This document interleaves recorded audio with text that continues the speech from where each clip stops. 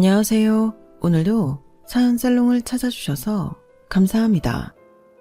저는 동탄 신도시에 사는 30대 후반의 여성이에요. 초등학교 1학년인 딸아이가 하나 있고요. 코로나가 유행하기 바로 직전에 이혼을 했어요. 그러니까 벌써 4년이 훌쩍 넘어버렸네요. 사연살롱 애청자로서 그동안 많은 이혼 사연에 공감을 했는데요. 저 역시 같은 경험이 있기 때문인 것 같네요. 저도 그랬지만 이혼의 결정적 사유가 되는 건 시댁과 저 사이에서 자기네 집 편만 드는 남편 때문인 게 많은 것 같아요.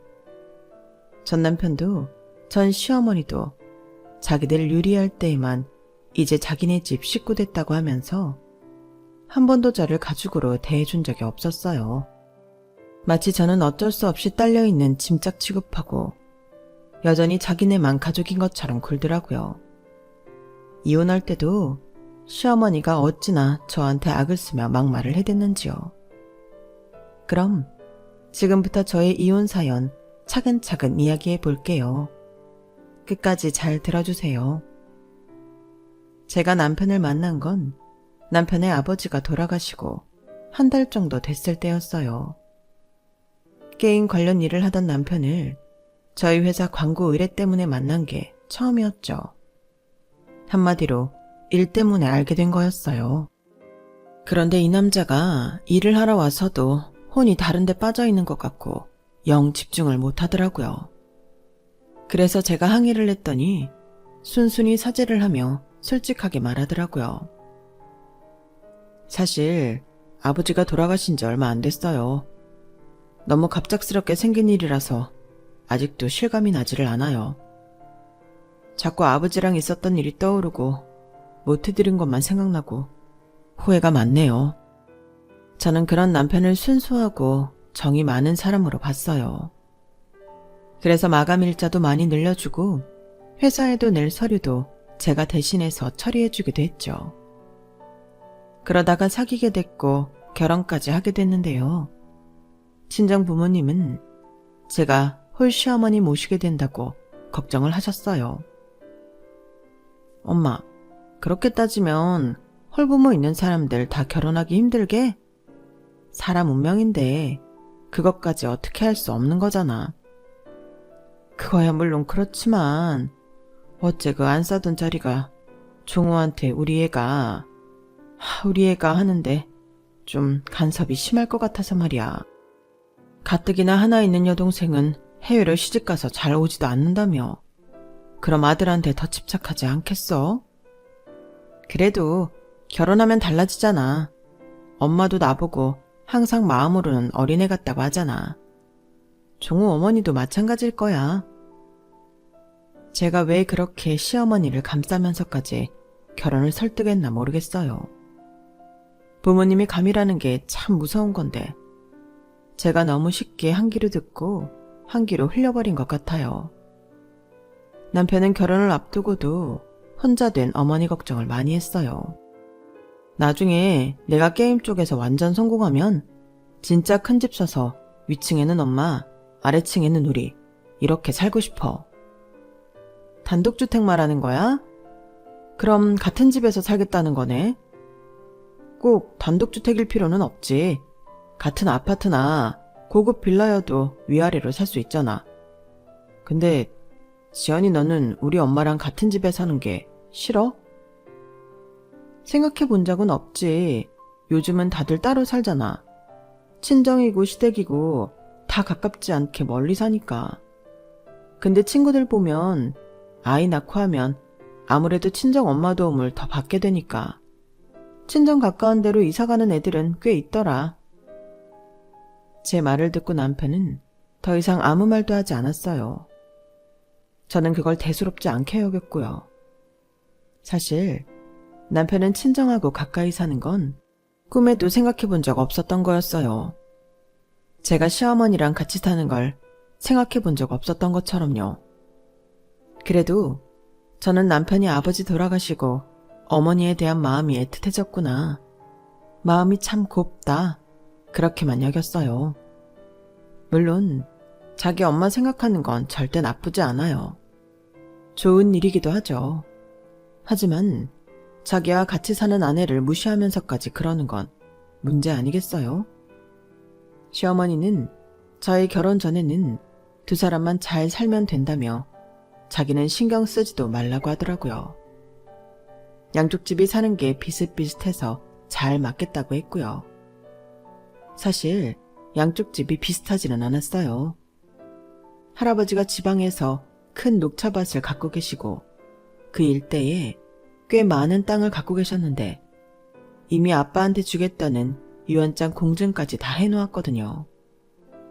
할아버지가 많이 아프셨는데 그때 큰아버지, 작은아버지 가족은 할아버지 나 몰라라 하거나 좀 귀찮아했는데 저희 아빠랑 엄마는 엄청 극진히 간호하시고 서울에 있는 종합병원까지 모셔와서 수술 비용 다 대고하셨어요.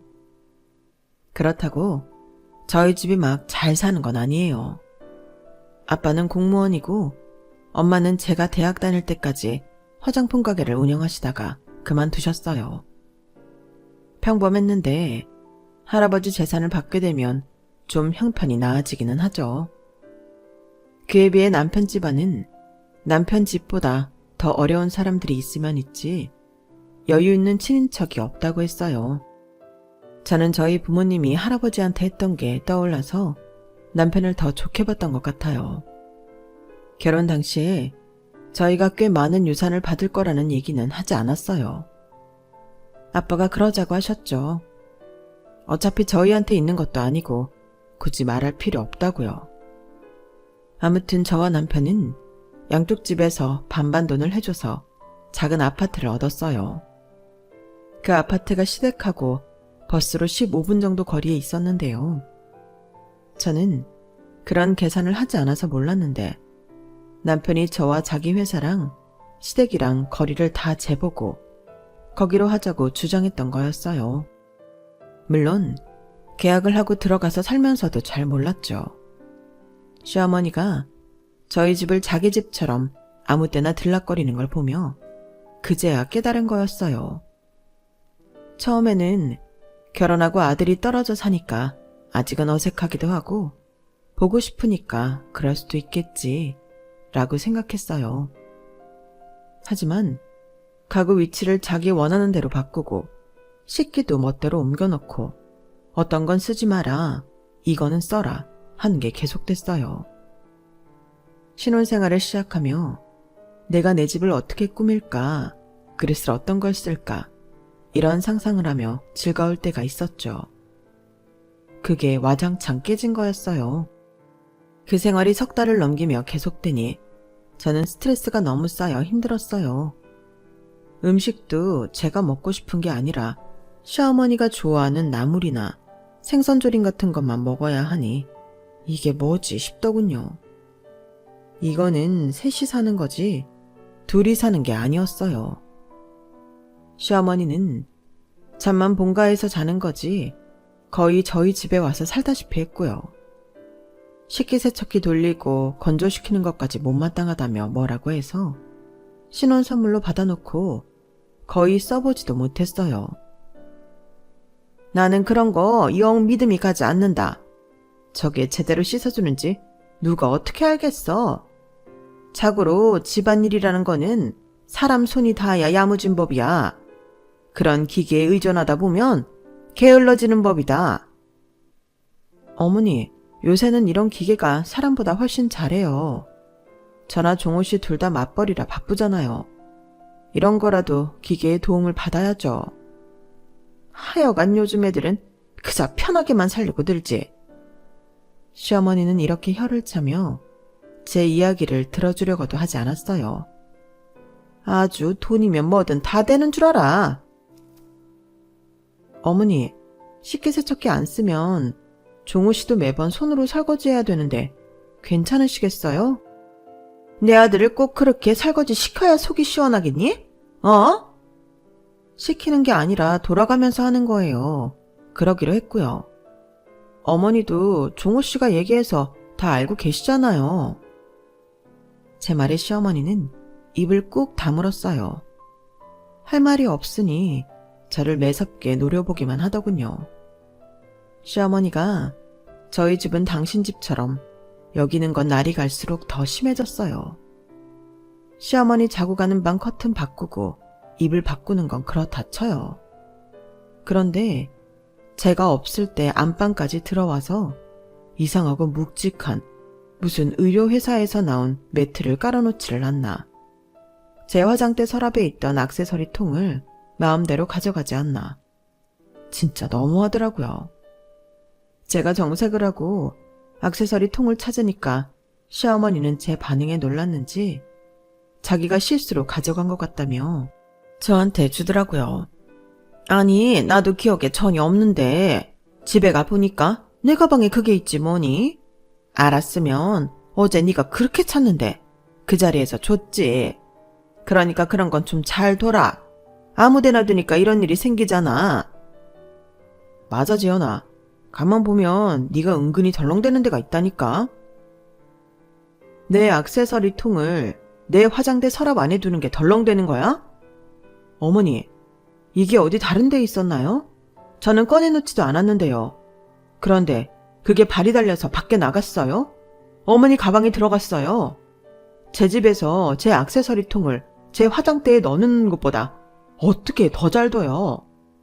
종호씨, 말해봐. 맨날 쓰는 액세서리를 은행 금고에 넣어둘까? 그래? 제가 날카로워져서 따박따박 말을 하니 둘 다 아무 말도 못하더라고요. 저는 내친 김에 한마디 더 했어요. 어머니, 저한테 살림 가르쳐 주시려고 이런저런 말씀하시고 제가 하는 게 부족한 것 같으니 물건도 어머니가 마음대로 배치하시는데요. 이제 그냥 놔두세요. 부족하면 부족한 대로 제가 해야 늘지 않겠어요? 이거 제 살림이고 여기 제 집입니다. 저랑 종호 씨 집이에요. 어머니가 여기서 저희랑 사시는 건가요? 아니다. 내가 언제 그렇댔니? 아들 집이니까 오는 거지. 난 네가 그렇게 불편하는 줄 몰랐다. 진작에 말하지 그랬냐? 제 딴에는 돌려서 꽤 말했거든요. 그런데 모르겠다고 하시니 제대로 말씀드릴게요. 저 불편해요. 저도 신혼생활답게 살아보고 싶어요. 그리고 식기세척기도 다시 쓰겠습니다. 그거 안 하니까 종호 씨는 부엌일 자꾸 미루더라고요. 어머니는 어머니 아들 부엌일 시키는 게 마음에 안 드시겠지만 저나 종호 씨나 같이 나가서 일하는 입장이니 저희는 처음 약속한 대로 나눠서 집안일 해야겠어요. 그때 이후로 시어머니는 한동안 저희 집 오는 거에 뜸하셨고 남편도 눈치를 보며 집안일을 하더라고요. 하지만 얼마 안 가 남편은 자기 엄마 반찬이 없으니 밥이 안 넘어간다는 둥 불평을 했고 결국 시어머니한테 전화를 해서 투정을 하더라고요. 그때부터 시어머니는 옳았구나 하고 다시 저희 집에 뻔질나게 드나들었어요. 아들 먹일 반찬이라면서 처음에는 해오시더니 나중에는 저한테 재료를 저희 집으로 주문하라고 하고서는 와서 저한테 시키는 거였어요. 네가 요리를 안 하니까 종호가 맨날 불평하는 거 아니겠냐? 이제부터는 내가 더 자주 오가면서 너 반찬부터 시작해서 요리 좀 가르쳐야겠다. 어머니, 그렇다고 이렇게 휴일 쉬는 아침에 예고도 없이 오시면 어떡해요? 종호 씨 말은 저렇게 해도 지금 어머니가 해다 주신 반찬 거의 다 남겼어요. 어제도 배달 음식 시켜 먹었고요. 제가 해주나 어머니가 해주시나 마찬가지예요. 말로만 어머니 음식이 좋다고 하지 냉장고 열어보세요. 어머니 해오신 반찬 거의 다 그대로 있어요. 양이 많아서 그런 것도 있지만 저도 몇 번 집에서 저녁 못 먹었고 남편은 저녁 집에서 먹어도 다 시켜 먹었어요. 시어머니는 제 말에 냉장고 문을 열어보시고는 입술을 실룩대시더니 저한테 막 쏘아붙였어요. 그러니까 네가 집에서 애하고 같이 밥을 먹어줘야 할 거 아니야. 뭐 그리 찰난 일을 한다고 종호보다 집에 늦게 오는 거냐? 그건 그렇고 너도 우리 집안 입맛에 맞는 요리는 배워야지. 어디서 그렇게 말대답이야. 잘못 알고 계시니까 말씀드린 거지 말대답하는 건 아니었어요.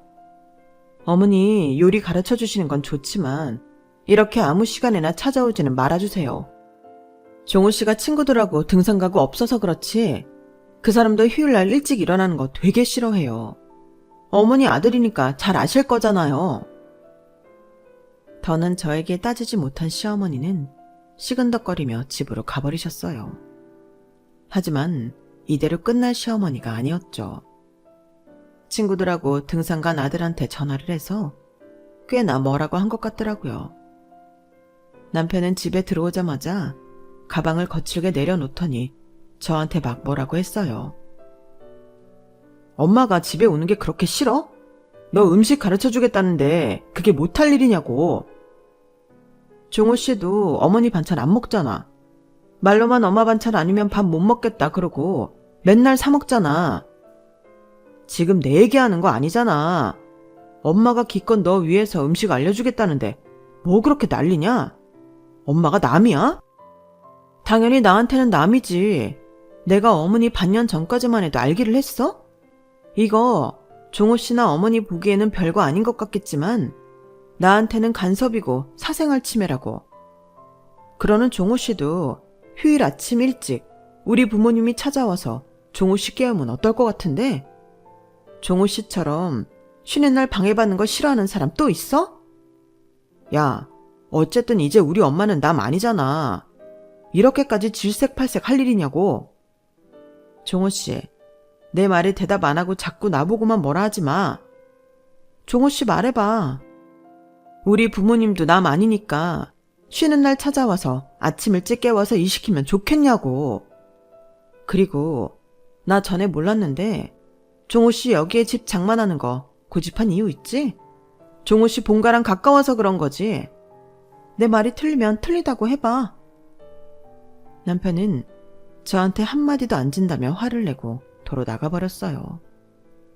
아무튼 그렇게 몇 번이고 싸운 끝에 남편이 시어머니와 이야기를 했죠. 그래서 시어머니가 저한테 요리를 가르치겠다느니 집안일을 어떻게 해야 한다느니 하며 휴일에 찾아오는 일은 거의 없어졌어요. 시어머니랑 이런 난리를 치르는 동안 친정 부모님은 정말 저희한테 조심하셨어요. 아무 때나 전화도 하지 않았고 어쩌다 안부 전화 빼먹어도 그걸로 뭐라 하시는 적도 없었죠. 오히려 바쁜데 잊어버릴 수도 있지 별일 없이 지내면 그걸로 됐다고 하시는 분들이었어요. 아무튼 시어머니와의 일 그리고 남편하고의 일은 제가 풀어야 되니 친정에는 얘기를 하지 않았어요. 결혼하자마자 시어머니 때문에 힘들고 남편이 생각했던 것과 다르다고 말하는 것도 다 불평불만 같아서 말을 못하겠더라고요. 친정 부모님도 애써 길러 결혼시켜 놨더니 바로 나쁜 말만 들리면 어디 좋으시겠어요? 게다가 녹차밭 일 때문에 지방에 가실 때도 많아서 저희한테 간섭하실 틈도 없었어요. 그러니 제가 이 정도로 힘들어하는 줄도 전혀 모르셨죠. 전화로는 늘 잘 지내고 있다고 하니 그런 줄 아셨을 거예요. 저는 순진하게 이 모든 일들을 시간이 해결해 줄 거라고 믿었어요. 차츰 서로 다른 점을 이해하고 보완해 가면서 살 수 있을 줄 알았네요. 하지만 다음에 제가 딸을 낳고서 시어머니한테 더더욱 실망했어요.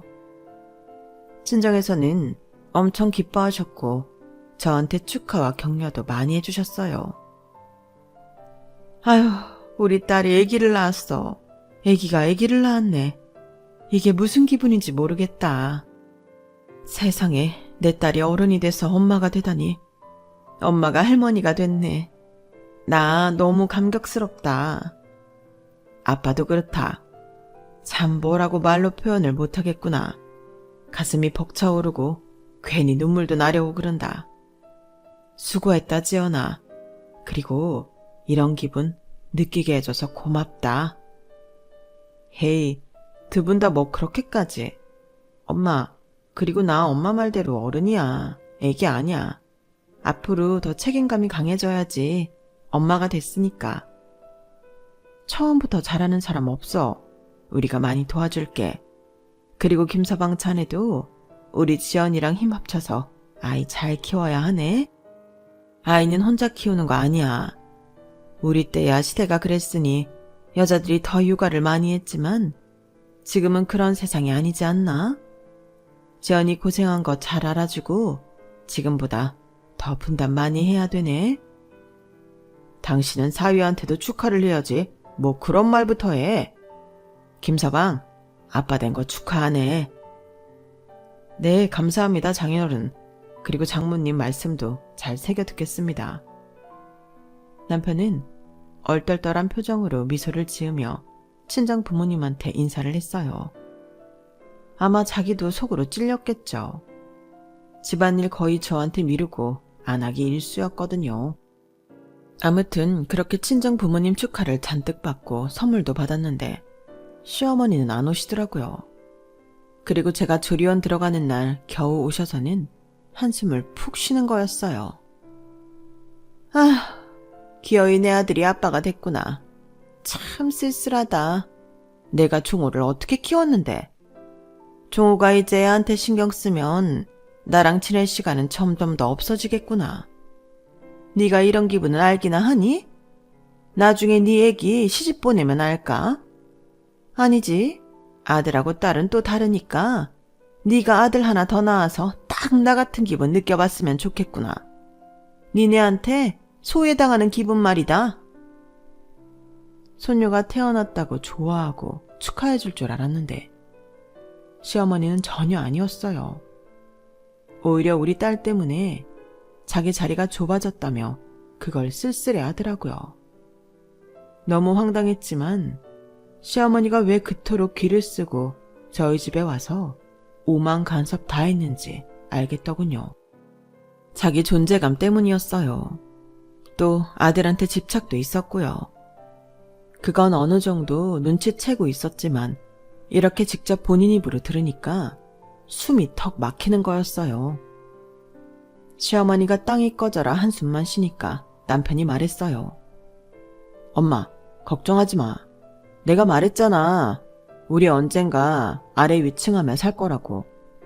애기 좀 클 때 되면 우리가 그 정도 재력은 되지 않겠어?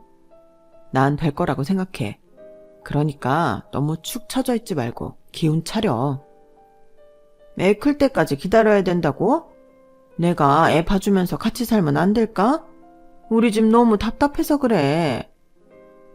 저는 그때 시어머니 속셈 하나를 더 알았어요. 솔직히 시댁이 좀 좁기는 하거든요. 그에 비해 저희 집은 전용 면적만 26평 정도 됐으니 그게 좋았나 보더라고요. 어머니, 아이는 제가 육아휴직 내고 볼 거니까 걱정 마세요. 제가 좀 짜증 섞인 목소리로 말하자 남편도 얼른 제 눈치를 보며 시어머니를 달랬어요. 그래 엄마, 지금 여기 엄마 들어와서 살면 애까지 있는데 너무 복잡해. 전에야 아기가 없으니까 엄마 있어도 크게 답답하지 않았는데 이제는 그렇지 않을 거야. 그리고 지연이도 엄마보다는 장모님이 왔다 갔다 하시는 게 더 편하지 않겠어? 그러니까 조금만 기다려.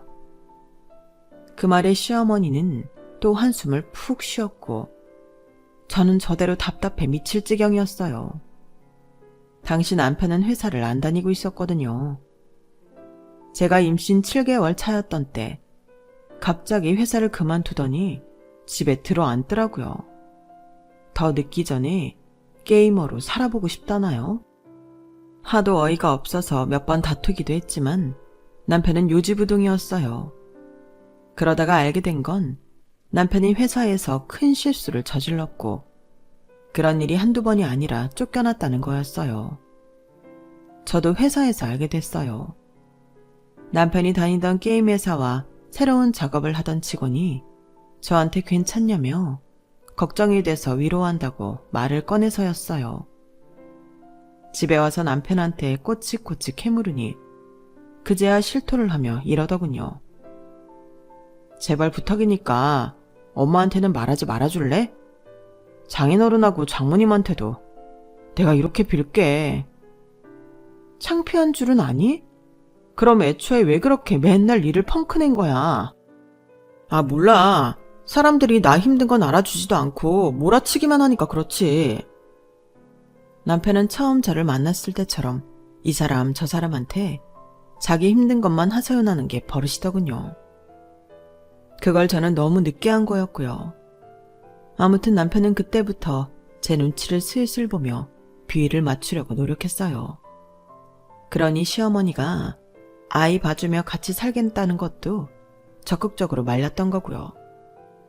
남편이 계속 회사를 다녔다면 아마 시어머니랑 같이 살았을지도 몰라요.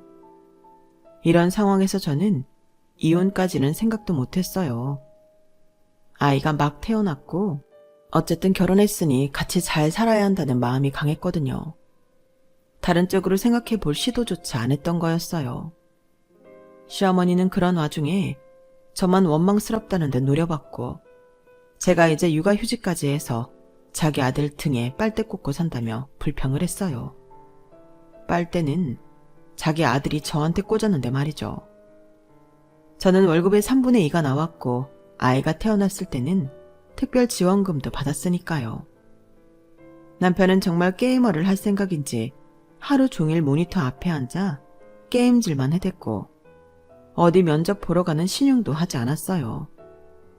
이력서는 몇 군데 넣은 것 같긴 했는데 아무 데에서도 연락이 오지 않는 모양이었어요. 하긴 그쪽 업계에서 사고치고 잘렸는데 덥석 데려갈 회사가 있을 리 없죠. 그러면서 시어머니와의 사이는 점점 더 나빠졌고 저는 아이가 돌이 지나고 다시 회사로 돌아갈 준비를 했어요. 그때 친정아빠가 저한테 제안을 하나 하셨어요. 너 말이다. 우리 차 사업 좀 도와줄 수 있니?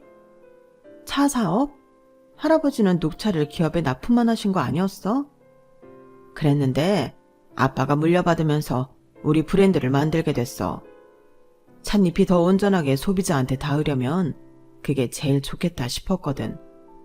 브랜드 만들고 유통은 시작했는데 부족한 게 많은 것 같거든. 네가 우리 차에 맞는 기획도 좀 해주고 홍보랑 광고 쪽 맡아주면 좋겠는데. 제가 회사에서는 기획을 담당했지만 대학 때 전공은 마케팅이었기 때문에 어쩐지 할 수 있을 것 같았어요. 본사 사무실은 서울에 있으니 지방에 자주 가지 않아도 된다길래 저도 아빠 회사에 합류를 하게 됐네요. 고민을 안 한 건 아니었지만 어쨌든 아빠가 제 능력을 필요로 하고 있는데 안 한다는 것도 도리가 아닌 것 같았어요. 저와 아빠는 일을 하고 엄마는 아이를 봐주는 생활을 시작했어요. 친정엄마가 전보다 더 자주 집에 드나드니 남편도 집에만 있을 수 없어 일단 밖으로 나가더라고요. 어쨌든 그렇게 해서 시어머니와는 훨씬 덜 마주치게 돼서 스트레스도 많이 줄었어요.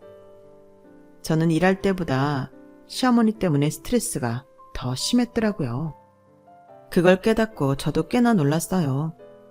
남편과도 부딪힐 일이 줄어드니 마음을 덜 두게 되었고요. 친정엄마가 아이 봐주느라 너무 고생을 해서 허리까지 안 좋아지신 게 너무 속상하더라고요. 그래서 어버이날에 친정 부모님하고 1박 2일로 강원도 여행을 다녀왔죠. 그걸 남편이 또 시어머니한테 말했나 보더라고요.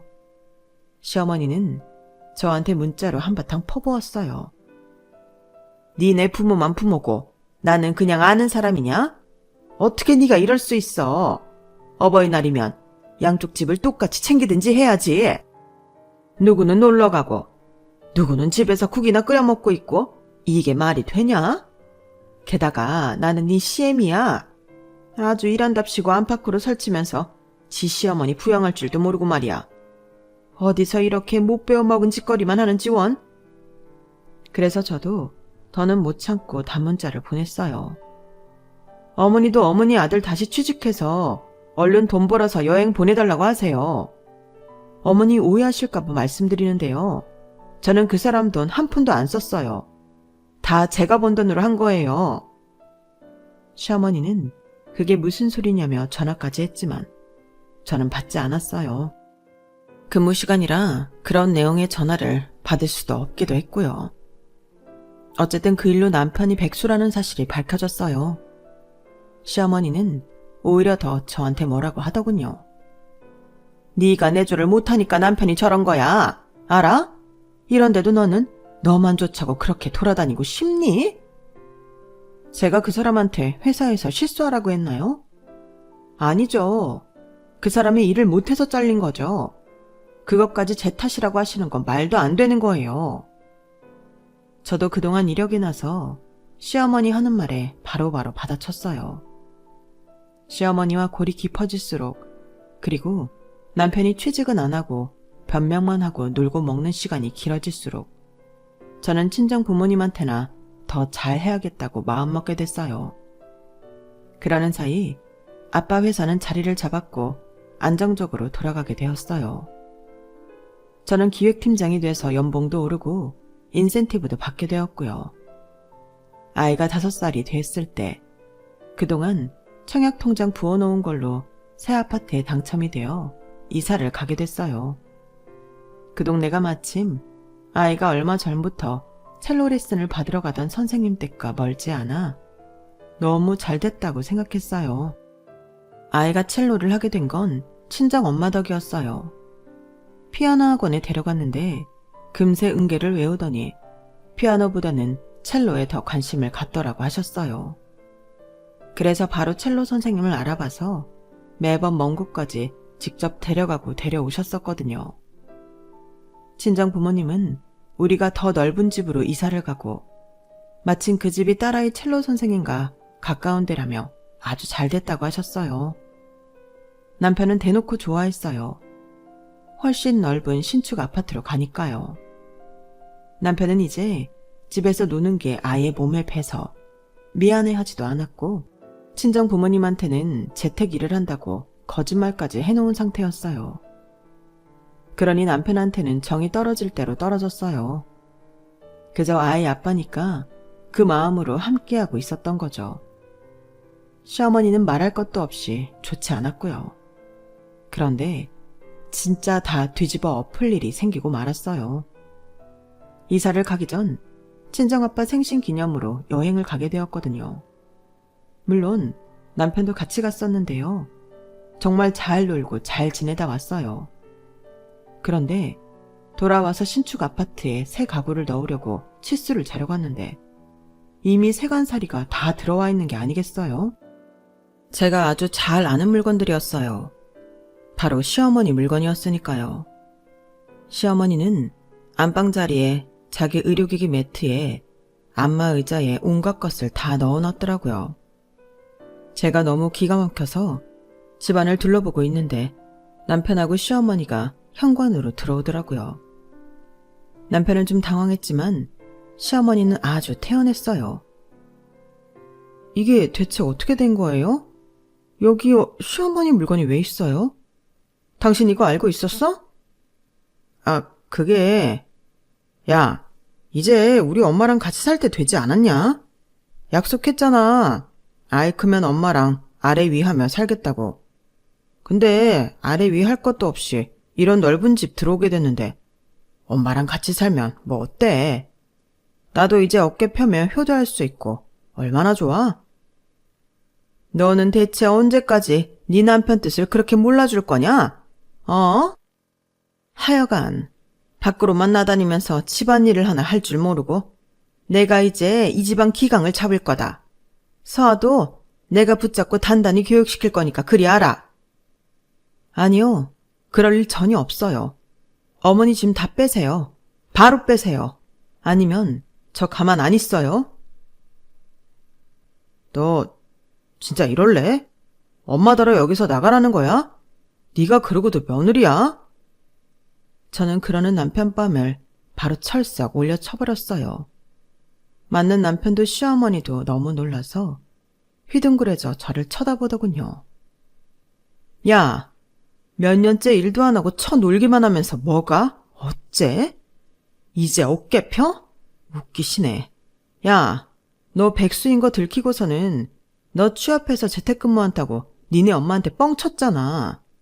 니네 엄마 아직도 네가 재택근무자인 줄 알지? 아줌마, 여기 아줌마 아들 반품하니까 그렇게 알고 도로 수거해 가세요. 이 짐 다 안 빼면 저 관리실에 연락할 거고 사람들 불러서 다 재활용센터 보내버릴 거니까 그렇게 아세요. 시어머니는 너무 놀라 남편을 쳐다보며 겨우 말했어요. 너 이게 무슨 말이야? 회사 안 다녀? 재택근무한다는 거 거짓말이었어? 아, 엄마. 그게 그러니까. 야, 박지연. 너 진짜 이럴래? 너야말로 미쳤지? 네 돈 한 푼 안 들인 내 집 갖고 네가 효도를 하시겠다. 나는 절대 그렇게는 못해. 아줌마, 저 이제 아줌마하고 남이니까 얼른 짐 빼세요. 안 그러면 저 가택 침입죄로 신고해버릴 거예요. 제가 하도 무섭게 말하니 시어머니는 덜덜 떨며 집을 나갔고 남편도 바로 뒤따라 나갔어요. 저는 그 길로 변호사 사무실을 찾아가 이혼 소장을 접수했고 얼마 안 가 남편한테 이혼 서류를 보냈어요. 물론 그 전에 제가 아이와 집을 나왔고요. 한동안 연락이 없던 남편은 제가 이혼 서류를 보내자 그제야 제가 진심으로 그러는 줄 몰랐다며 찾아와서 싹싹 빌더라고요. 지연아, 나는 네가 그렇게까지 화를 낼 줄 몰랐어. 미리 말 안 해서 많이 서운했지? 그래도 이건 아니지. 우리 서아를 생각해서라도 이러면 안 되잖아. 이혼은 절대 해결책이 될 수 없어. 그러니까 마음을 가라앉히고 잘 생각해보자, 우리. 서로 합의할 수 있는 지점을 찾아내자고. 합의할 수 있는 지점은 이혼이야. 너 그딴 말로 나 어떻게 해볼 생각 하지 마. 나도 너에 대해 알 만큼 알았고 볼 거 다 보면서 살았잖아. 그런데 네가 그러는 게 나한테 통할 거라고 생각해? 너 위자료나 단단히 준비해도 그동안 네가 살면서 얼마나 우리 재산 늘리는데 기여했는지는 변호사하고 법원이 판단해 줄 테니까. 그런 줄 알아. 네 엄마랑 어디 잘 해봐. 남편은 싹싹 빌다가 어쩔 수 없이 일어나서 자기 엄마 집으로 갔어요. 여태까지 자기 백수인 것도 감춰준 나한테 단 한 번도 고맙다는 말 한 적도 없고 제 돈으로 살면서 당연하다는 듯 받기만 해놓고는 정말 이혼하게 생겼으니 이제 와서 설설 기는 척하는 게 너무 가소롭더라고요. 시어머니는 결국 제가 자기 아들 신세를 망쳤다며 아주 전화로 막말을 하고 문자로도 온전히 못 살 거라며 저주를 퍼붓더라고요. 그래서 제가 한마디 했죠. 아줌마, 나한테 전화해서 한 말 다 녹음했거든요. 그리고 문자들도 다 모아서 이혼 소송에 꼭 쓸 거니까 그렇게 알아요. 계속 막말해 보시죠. 그러자 시어머니는 말없이 전화를 탁 끊더니 그 뒤로 연락 한 번을 하지 않았어요. 저는 이혼 소송에서 승소를 했고요. 위자료도 받았어요. 전부 다 주지는 못했지만 아무튼 시댁 집도 팔고 뭐 여러 가지로 쥐어짜기는 했더라고요. 저는 그 인간하고 시어머니 마주치고 싶지 않아서 양육비도 포기했어요. 그래서 지금도 두 사람 소식은 모르고 지내네요. 그게 서로에게 더 좋을 것 같아요. 아이는 저와 함께 잘 살고 있어요. 친정 부모님도 저희 집과 가까운 곳으로 이사 오셔서 저는 외롭고 힘든지도 모르겠고요. 제 사연은 여기까지예요.